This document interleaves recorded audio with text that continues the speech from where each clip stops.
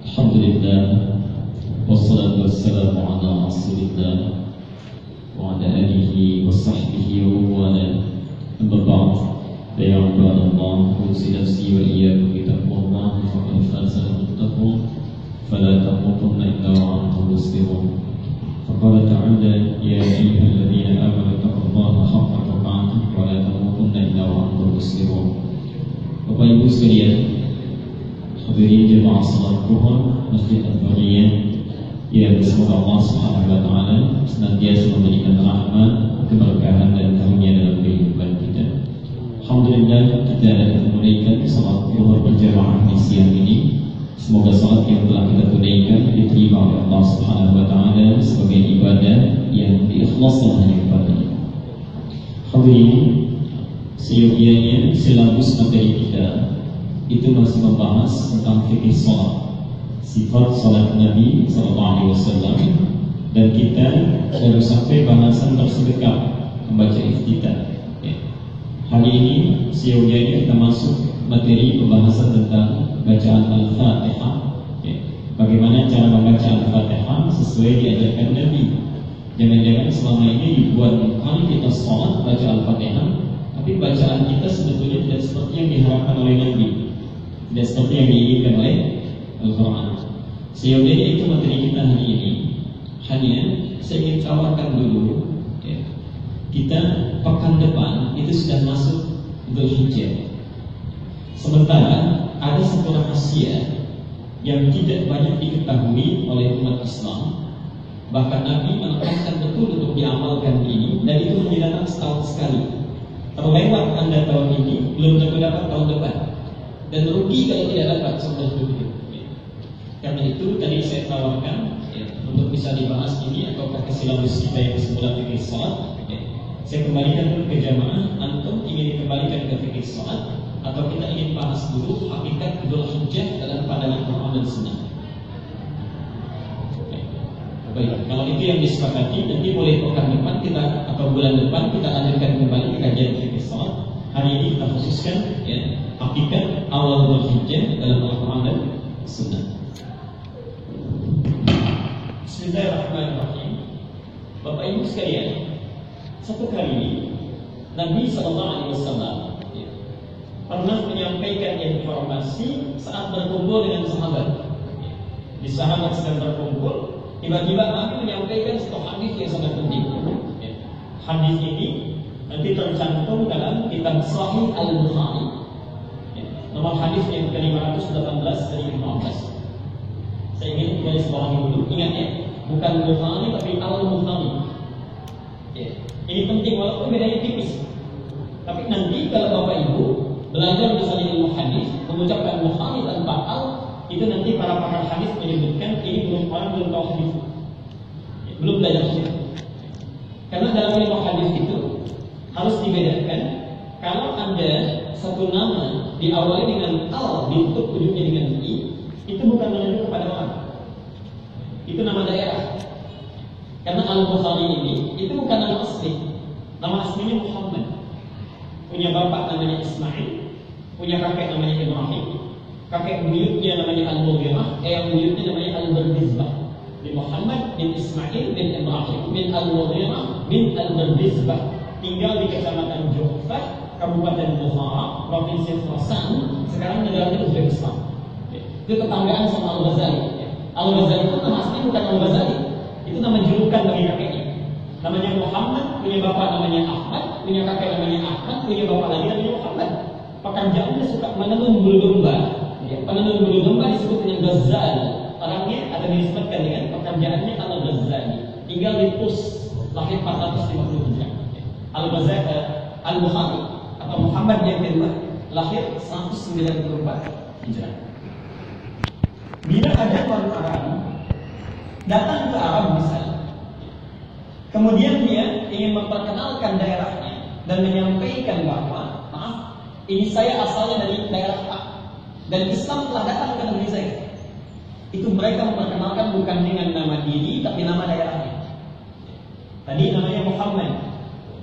Beliau ingin menyampaikan bukan hanya Islam terbatas di Arab saja, tapi ke negara saya itu sudah sampai. ke daerah saya itu sudah tiba. Buktinya saya masuk Islam, datang ke sini lagi. Maka rumusnya nama daerah ditambah al ujungnya atau huruf sebelum akhir jadikan ini meletakkan asal. Jadi ahli hadis kita Muhammad bin Nasir dari Bukhara. Beliau akan memperkenalkan diri, saya dari Bukhara. Tambah al di depannya, al-Bukhara. Huruf akhir kalau bisa diharakati, kita harakati dengan i. Tapi kalau tidak bisa, huruf sebelumnya harakati dengan i. Karena ini alif bukan hamzah, alif tidak bisa menerima harakat. Alif itu huruf tegak atau kalau di ujung bisa bengkok, ya, tidak bisa diharakati. Fungsinya memanjangkan bacaan. Tapi kalau yang ada harakat itu hamzah namanya, bukan alif. Maka diharakati huruf sebelumnya al-Bukhari, artinya saya dari Bukhara. Ada Syekh Nawawi, insyaallah itu orang tua kita dari Banten. Untuk membedakan yang dari Banten dengan yang dari Damaskus Syria, maka beliau namakan tempatnya, perkenalkan nama daerah Banten, tambah al di depannya, al-Banta, ujungnya nun jadikan i, al-Bantani. Syekh Ahmad Khatib dari Minangkabau, Syekh Ahmad Khatib al-Minangkabau. Subhanallah, ada ulama kita itu ulama hebat dari Padang, namanya Syekh Yasin. Syekh Yasin ini Bapak Ibu sekalian guru besar, imam besar di Masjidil Haram di Makkah.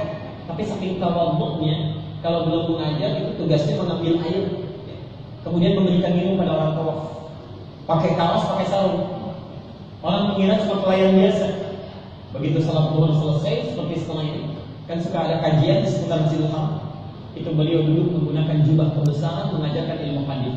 Itu Syekh Yasin dari Padang Al-Padani. Boleh misalnya untuk misal siapa di sini misal ada Pak Dedi dari Halim Perdana Kusuma, boleh Pak Dedi Al Halim Perdana Kusuma itu boleh. Kalau nggak kepanjangan. Cakir. Hadis di mana? Perengi. Al Pereng. Al Bakasi paling gak enak orang Jakarta ya. Al Bakasi. Makanya sekali coba di Betawi ya. Betawi. Kita kembalikan hadis riwayat Al-Bukhari nomor hadis 518. Agak cepat.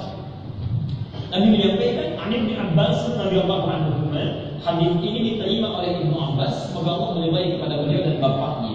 Ya.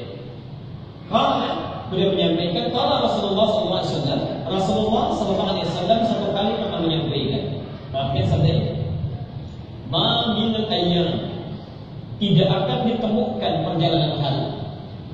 Tidak akan ditemukan perjalanan kalian. Al-amal as-salihu fiha. Kalau Anda beramal saleh di hari-hari itu, dalam setahun itu ada beberapa hari. Kalau Anda beramal saleh di hari-hari itu, misalnya baca Quran, salat sunnah, sedekah macam-macam, ahabbu ilallahi, amalan itu akan sangat dicintai oleh Allah Subhanahu wa taala. Kalau Anda baca Quran sekarang, walaupun ada pahalanya, belum tentu Allah suka. Cinta sedih. Kita salat sunnah sekarang ada pahalanya, belum tentu dicintai oleh Allah. Tapi kalau Anda lakukan di hari-hari ini, itu Allah selain menerima amalannya bila ikhlas dilakukan, juga sangat dicintai amalan kita di waktu itu. Min hadhihi al-ayyamil ashri, yaitu 10 hari pertama bulan Dzulhijjah. 10 hari pertama. Ingat, cuma 10 hari saja dan berlangsung setahun sekali. Anda tertinggal hari ini, maaf, tahun depan belum tentu dapat. Cuma 10 hari. Sekarang mari kita lihat keutamaannya. Apa yang kita dapatkan kalau Allah cinta dengan amalan. Kalau sahabat bertanya, ya Rasulullah, walal jihad fi sabilillah. Ya Rasulullah, apakah kalau orang berjihad fi sabilillah tidak mampu menandingi keutamaan amalan di hari-hari ini? Ini jawabannya mewujudkan. Kata Nabi, beliau menjawab, walal jihad fi sabilillah. Bahkan jihad fi sabilillah tidak akan bisa menandingi keutamaan amalan di hari-hari ini. Anda bisa bandingkan, ada orang jihad fisabilillah, insyaallah, dengan orang mengaji saja, salat sunnah dilakukan di 10 hari Dzulhijjah. Kata Nabi, yang fisabilillah tidak bisa sebanding dengan amalan ini. Tidak sebanding dengan amalan ini. Illa kecuali rajul kharaja bi nafsihi wa malihi wa lam yarji' bi dzalika min syai'. Kecuali satu amalan saja yang tidak bisa ditandingi oleh amalan orang. Satu amalan saja. Mau 10 Dzulhijjah, mau 1 sampai 10-nya, mau di bulan Ramadan, mau apapun, tidak bisa menandingi yang ini. Yaitu rajulun kharaja bi nafsihi wa malihi, ada orang yang berjihad, berjuang dengan jiwanya, dirinya atau hartanya. Walam yarji' bidzalika min syai', sampai dia meninggal tidak kembali lagi. Dia ada orang jihad dengan fisiknya. Bukan berarti mesti perang saja, tidak. Ada yang dengan ilmu, dia berjuang mengajar, ada yang ngajar PPK, ada yang ke pedalaman berdakwah, meninggal dunia dalam itu. Subhanallah, itu tidak tertandingi yang lain. Insyaallah kalau dia ikhlas surga. Atau berjuang dengan harta. Dia sadar tidak diberikan ilmu, yang diberikan kemampuan ide. Allah titipkan harta bagi dia supaya dia bisa banyak beramal dengan harta itu. Seperti Abdurrahman bin Auf. Kalau yang berjuang dengan ilmunya, dirinya Ali bin Abi Thalib, dengan hartanya Abdurrahman bin Auf. Saking banyaknya Allah titipkan harta, sedekah lagi, amal lagi, sedekah lagi, amal lagi. Dia berjuang dengan harta sampai meninggal. Karena itu kata Nabi, Abdurrahman bin Auf itu akan masuk surga dengan neraka. Saking banyaknya harta, jadi yang dihisabnya banyak. Tapi masuk surga daripada miskin neraka atau miskin nggak masuk surga. Ini kaya masuk surga, masya Allah, hidup enak di dunia, nyaman di akhirat. Saking banyaknya hartanya dia gunakan untuk kepentingan Allah. Sampai dia meninggal dunia. Ada orang yang dengan diri dan juga dengan hartanya, Abu Bakar, Umar, Utsman dan sebagainya. Kita ada di mana? Setidaknya kalau belum mampu dengan harta, dengan jiwa juga tak mampu, maka setidaknya tunggangi amalan 10 Dzulhijjah ini. Nah, sebelum kita ke sana, ke amalannya, dan kita akan bertanya, ya Rasulullah, kalau saya akan beramal apa yang akan dilakukan? Sebelum ke sana, saya akan berikan dulu rumus ukuran pahala dalam Al-Quran dan Hadis. Kan suka ada yang hitung-hitung kalau saya kerjakan ini pahalanya apa? Ya, keutamanya apa? Sekarang kita lihat indikator. Hati-hati, rumus ini agak susah karena tidak diajarkan di buku manapun. Ya, sulit untuk mencari. Ini cuma Anda keluarkan di Quran, di hadis, bisa kita pahami dan kita amalkan. Al-Baqarah 291. Contoh. Quran surah kedua ayat 261. Kami coba dulu. Mathalul ladzina yunfiquna amwalahum fi sabilillah kamathali habbatin ambatat sab'a sanabila fi kulli sunbulatin mi'atu habbah. Perumpamaan orang yang infak di jalan Allah, setiap dia infak, satu poin yang dia infakkan itu nilainya seperti menanam di satu benih biji, tumbuh 7 tangkai, setiap tangkainya menghasilkan 100 butir. Dari sini para ustaz ulama suka menyimpulkan kalau ada orang infak itu pahalanya 700 kali lipat. Pernah dengar? Jika kali ini ada yang infak misalnya 1.000 rupiah, itu pahalanya berapa? Kali 700 ribu.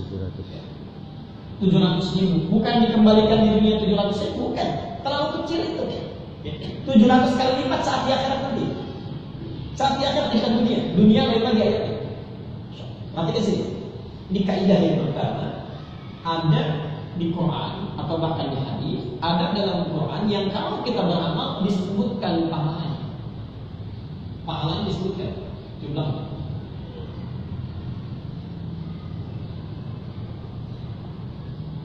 Lalu kita beramal dan kita menghitung, disebutkan pahalanya, lalu kita hitung itu. Saat Anda beramal, Anda hitung, dihitung misalnya. Perhatikan rumusnya. Maka Anda akan menerima pahala sesuai dengan yang terhitung. Misal, ada kotak lewat, Anda masukkan 10.000. Saat Anda masukkan, Anda sudah hitung. Alhamdulillah, hari ini saya mendapatkan 7 juta. Anda hitung, 10.000 kali 700, dapat 7 juta. Ketika Anda menghitung itu, maka Allah memberikan sesuai dengan yang terhitung. Nah, yang kedua, ini yang seringkali, mohon maaf, agak kurang lengkap. Ayatnya dipotong sampai situ, padahal belum selesai ayatnya. Belum selesai. Seringkali menyampaikan orang salah, kalau Anda berinfak paling 700 kali lipat, ayatnya baru setengah. Hati-hati. Lengkapi dulu. Wallahu yudha'ifu liman yasha', wallahu wasi'un alim. Wallahu yudha'ifu, dan Allah akan melipat gandakan tanpa batas. Bukan 700, mungkin 7.000, 700.000, 7 juta tanpa batas. Liman yasha', bagi siapa yang dikehendaki. Siapa yang dikehendaki? Ditafsir di Al-Bayyinah Quran surah 98 ayat 5 itu. Wa ma umiru illa liya'budullaha mukhlishina lahu-d-din. Orang-orang yang ikhlas. Walaupun disebutkan pahalanya, ya, kaidah kedua. Ada amalan yang disebutkan pahalanya, pahala disebut. Tapi dia tidak berhitung ikhlas. Ikhlas tidak berhitung. Dia mengeluarkan Rp1.000 hasil jerih payahnya, kerja kerasnya, Masya Allah. Lalu dia tidak memikirkan terserah ya Allah, mau kau balas, mau tidak, mau digandakan, mau tidak, saya riba, yang penting saya sudah berinfak, terserah kau mau digandakan. Maka orang seperti itu, bahasa Qurannya yudha'if liman yasha, tidak akan terukur, tergambar, terlukiskan besarnya pahalanya, digandakan tanpa terhitung. Ini rumus yang kedua. Kalau di Quran ada tersirat motivasi, misalnya tertulis pahalanya, Anda mau menghitung silakan, tapi diberikan juga balasan sesuai hitungan. Tapi kalau Anda tidak berhitung, maka subhanallah, tak terbatas apa yang diterima. Tak terbatas. Ini kaidah. Boleh jadi ada orang yang infak 100.000, dia berhitung, alhamdulillah tercatat 70 juta sekarang. Tapi di sampingnya ada orang yang infak 1.000 tidak memikirkan. Mungkin bagi Allah 700 juta, 7 miliar, 7 triliun, tidak ada batasan. Tapi kaidah ketiga, ini akan kita bahas. Dan ini lebih hebat. Bila dalam Quran atau hadis tidak disebutkan pahalanya, tidak disebut, maka artinya itu banyak tanpa batasan. Saking banyaknya tidak bisa disebut. Saking banyaknya tidak bisa disebutkan. Dan amalan yang dilakukan di 10 hari pertama bulan Dzulhijjah itu pahalanya tidak bisa disebutkan saking banyaknya. Saking banyaknya. Contoh, kalau Anda baca Quran satu hurufnya dapat berapa pahala? 10. Dari mana tahu? Dari hadis. Apa hadisnya? Hadisnya lupa. Baik. Sekarang kita bikin kesepakatan ini. Kalau tidak tahu katakan wallahu a'lam. Kalau baca Quran satu hurufnya berapa pahalanya? 10. 10. Hadisnya dari At-Tirmidzi nomor hadis 2910. Man qara'a harfan min kitabillah, siapa yang baca satu huruf saja dari kitabullah, falahu asyru hasanat, dia dapat 10 kebaikan. Walam aqul alif lam mim harfun, kata Nabi saya tidak katakan alif lam mim satu huruf, walakin alifun harfun, alif satu huruf, lam harfun, lam satu huruf, mimun harfun, mim satu huruf. Wa likulli harfin asyru hasanat, setiap hurufnya 10 kebaikan. Jadi kalau Anda baca alif lam mim saja, itu sudah dapat 30 kebaikan hari ini. Tapi kalau Anda baca pekan depan, awal Dzulhijjah, itu tanpa batasan. Mau Allah kasih 1.000, 1.000.000, 10 juta, terserah Allah. Tidak ada batasannya sepanjang kita ikhlas baca. 10 pertama bulan Dzulhijjah. Ini hadisnya sahih. Kalau saya yang sampaikan, Anda boleh ragu. Tapi kalau Nabi yang sampaikan, tidak ada peluang bagi kita ragu. Yakin? Jelas ini? Pelan-pelan dulu, pelan-pelan. Aturan keempat, terakhir. Kalau ada pahala yang sangat banyak tidak disebutkan, maka aturan keempat, jangan sekali-kali disebut-sebut. Jangan pernah disebut. Disebut amalannya. Anda sudah lakukan, kemudian Anda sebut, maka hukumnya akan gugur seluruh pahalanya. Habis. Bila ada pahala yang tidak disebutkan jumlahnya, maka jangan sekali-kali disebut amalannya, karena akan habis seluruh pahalanya. Al-Baqarah 264. Ya ayyuhalladzina amanu la tubtilu shadaqatikum bil manni wal adha. Hai orang-orang beriman, jangan Anda batalkan, gugurkan amal kebaikan yang sudah Anda tentu dengan Allah itu dengan menyebut-nyebut amalan. Pekan depan Anda baca biasa satu halaman, misalnya sehari 1 juz Al-Baqarah. Pekan depan awal Dzulhijjah. Begitu selesai langsung update status. Alhamdulillah dengan izin Allah hari ini 1 juz. Semoga bisa menginspirasi teman-teman yang lain. Gugur itu. Habis capek baca hilang, ada apa-apa. Iya. Jelas ini? Kalau sudah jelas kaidahnya, pekan depan sudah akan mulai berlaku awal Dzulhijjah sampai 10 hari ke depannya. Itu cuma 10 hari waktunya. Kita diminta oleh Nabi untuk memperbanyak amalan. Lalu kita tanyakan sekarang, ya Rasulullah, kan banyak amalan yang bisa dilakukan. Amal apa yang kau tuntut? Ya. Amal apa yang Anda tunjukkan? Baik, ada 3 amalan. Hari ini kita ambil singkat saja. 3 amalan yang dituntunkan oleh Nabi untuk bisa kita maksimalkan. Hati-hati, Anda boleh anggap remeh hari ini, tapi besok tidak dilakukan, lain Lain kali di akhirat kita akan lihat siapa yang bergila, siapa yang bersedih. Satu, saya percepat. Memperbanyak sedekah. Amalan pertama, memperbanyak sedekah.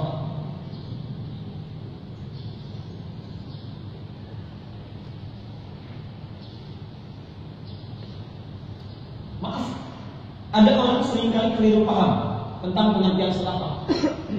Gambarannya kalau sedang mengeluarkan uang, disimpan di satu kotak atau diserahkan pada yang lain, itulah sedekah. Ya. Ini ada benarnya, tapi tidak sedikit kelirunya. Ada benarnya, tidak sedikit kelirunya. Sedekah itu, Anda lihat di kitab fikih manapun, termasuk lihat di Quran ataupun di hadisnya, itu definisinya singkat. Kullu ma'rufin sedekah. Setiap kebaikan yang bisa kita lakukan itu sedekah namanya. Setiap amal baik yang bisa dikerjakan itu sedekah.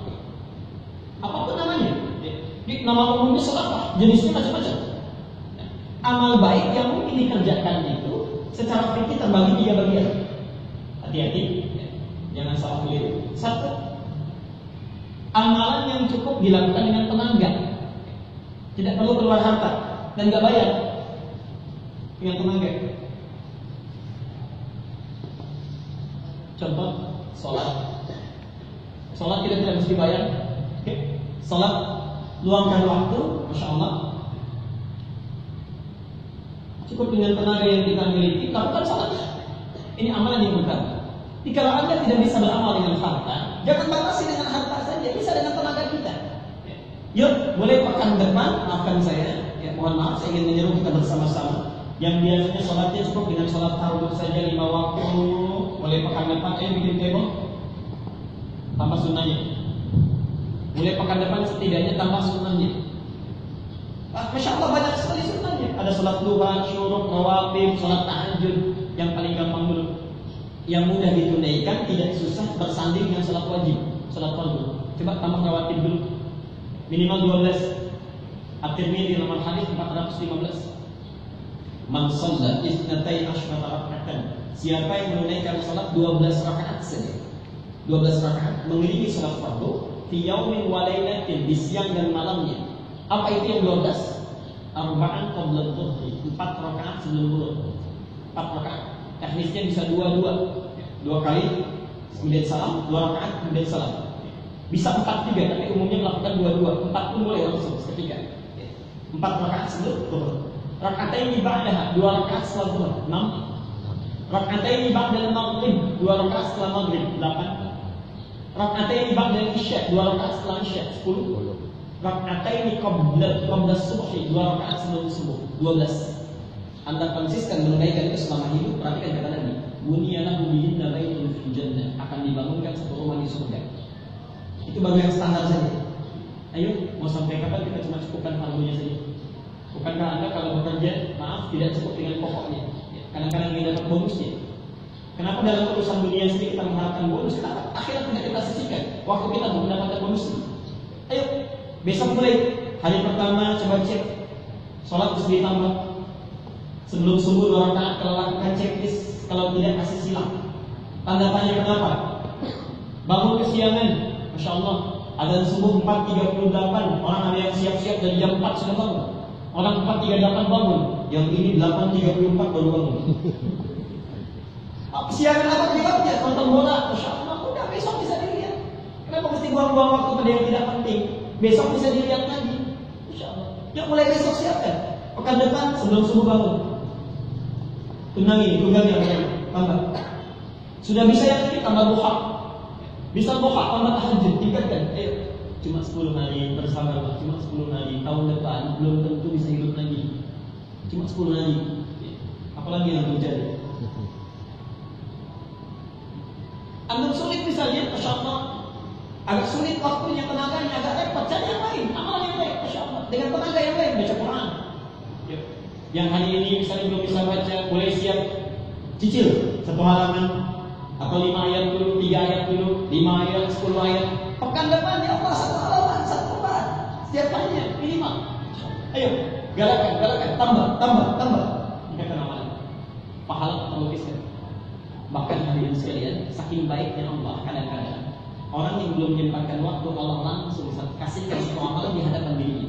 Cuma sayang kadang-kadang ada yang tidak peduli dengan itu, dia kasih pada yang lain. Contoh, ini kita pulang dari masjid, begitu keluar dari masjid di belakang misalnya lihat bekas aqua.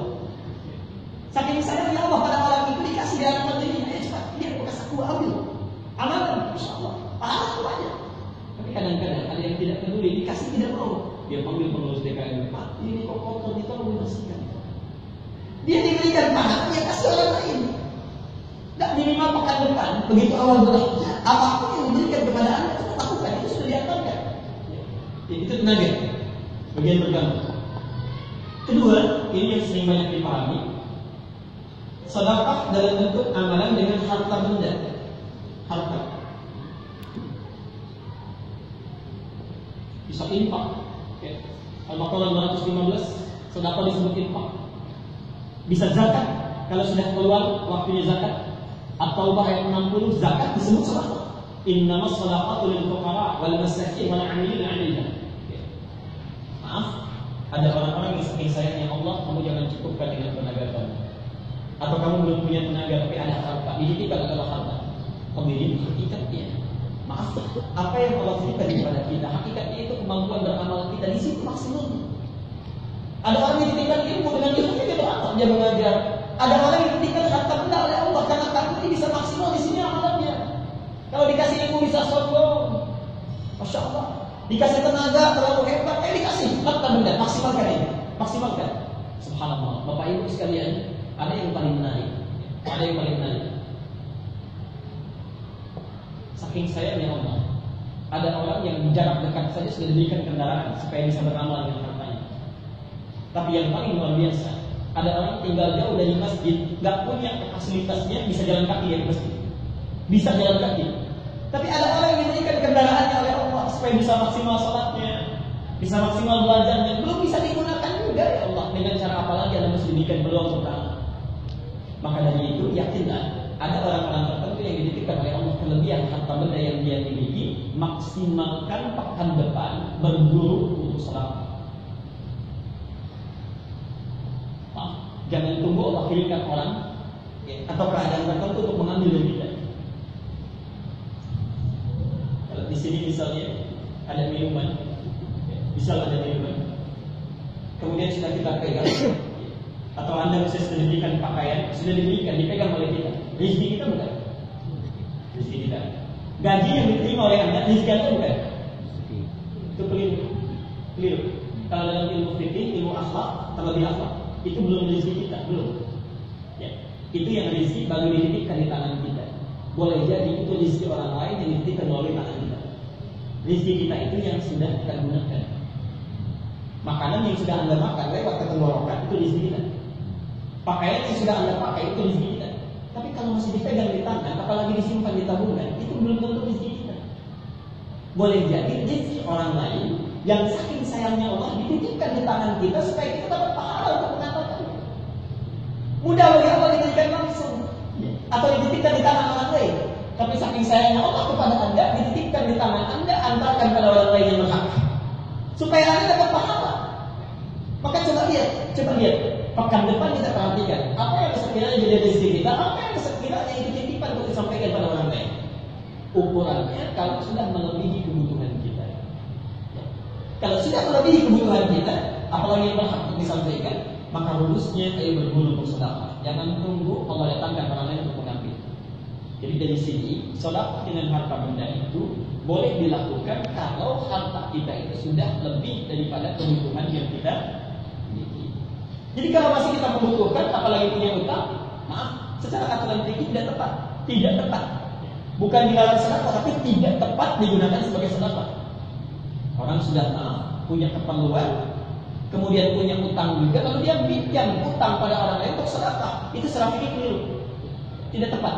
Tidak tepat. Karena sedekah dengan harta itu dikeluarkan dari kelebihan harta yang dia miliki. Memang kalau rumus kembali pasti kembali. Anda sedekah 1000, aturan Qurannya akan kembali 10 kali lipat. Aturan Qurannya saat di dunia bukan di akhirat. Akhirat 700 kali lipat, dunia 10 kali lipat. Tapi yakinlah tidak harus dalam bentuk uang. Mungkin kesehatan, atau Anda sehat, tidak sakit, kalau berobat beli obat 10.000, ya. Tidak celaka, ya. Maaf, dijaga dari keinginan yang tadinya banyak ingin ini, ingin itu, dijaga supaya hemat, tidak tergunakan 10.000. Itu bisa berbentuk demikian.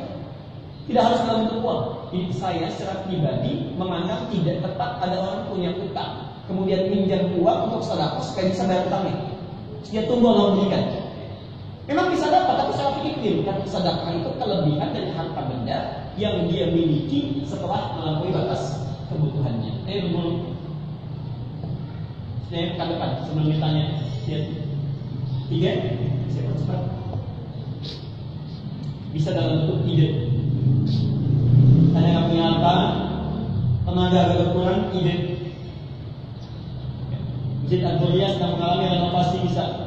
Ada yang memang dengan harta, tidak ada harta, ada yang bantu dengan tenaga, bawakan bapaknya, ibu-ibu bikin teh manisnya. Masya Allah, ada seseorang, Pak, saya tidak cukup uangnya, tenaga sudah lemah seperti ini, tapi saya punya pengalaman 40-50 tahun di dunia arsitektur di situ. Bikin rancangan, dibuat kota, diberikan itu, Masya Allah. Begitu jadi bangunannya, setiap orang yang masuk ibadah di situ, dia dapat pahala tanpa dikurangi sedikit. Hadis sahih, hadis Muslim nomor hadis 1893.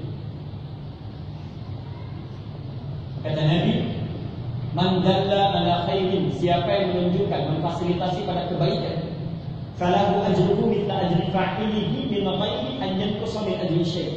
Maka dia akan dapat pahala orang yang mengerjakannya tanpa dikurangi sedikit. Jika orang yang membangun masjid ini berkontribusi dengan hidupnya, dengan tenaganya dan segalanya, lalu ada orang sholat di sini, itu Masya Allah, setiap orangnya dia dapat bagian pahalanya. Kalau hari duhur ini saja, hari ini ada 100 orang sholat misal, maka dia dapat 100 pahala dari 100 orang itu. Pahala dari 100 orang itu. Dan Anda jangan bayangkan cuma sholat saja, ada yang baca Quran, ada yang berzikir, dia dapat pahalanya. Walaupun orang itu telah meninggal dunia, tapi pasti dia masih ada, maka pahala tetap mengalir. Karena itu saya mohon, Anda kalau beramal itu tolong yang cerdas ya, yang cerdas. Anda punya modal 50.000, ingin pahala banyak, coba berikan mushaf. Dapat mushaf 2, simpan di masjid, atau berikan kepada orang yang sedang menghafal Quran. Allah, setiap dibaca itu ayatnya, setiap hurufnya 10 kebaikan. Yang baca dapat pahala, Anda yang kasih itu dapat pahala. Kalau Anda meninggal dunia, mushafnya masih ada, pahala tetap mengalir. Modalnya cuma 50.000. Ada orang kasih 5 juta untuk makan, fakir miskin. Begitu dimakan ada tenaga, saat sholat baca Quran dapat pahala. Habis tenaganya hilang pahalanya. Tapi Anda titipkan 50.000 untuk beli mushaf, dibaca itu setiap dibacakan mushafnya masih ada, dapat ada pahalanya. Maksud saya bagi-bagi, ya bagi sesuai dengan asas kebutuhan dan keinginan pahala kita. Ini bentuk sedekah dan ini. Ya tunggangi buat rencana amal untuk pekan depan. Kalaupun susah melakukan ketiganya, maka amalan pamungkasnya setidaknya bahagiakan orang lain yang senyuman, support. Ya. Maka muncul hadis Nabi, basmatuka fi wajhi akhika sadaqah. Senyummu yang membahagiakan saudaramu.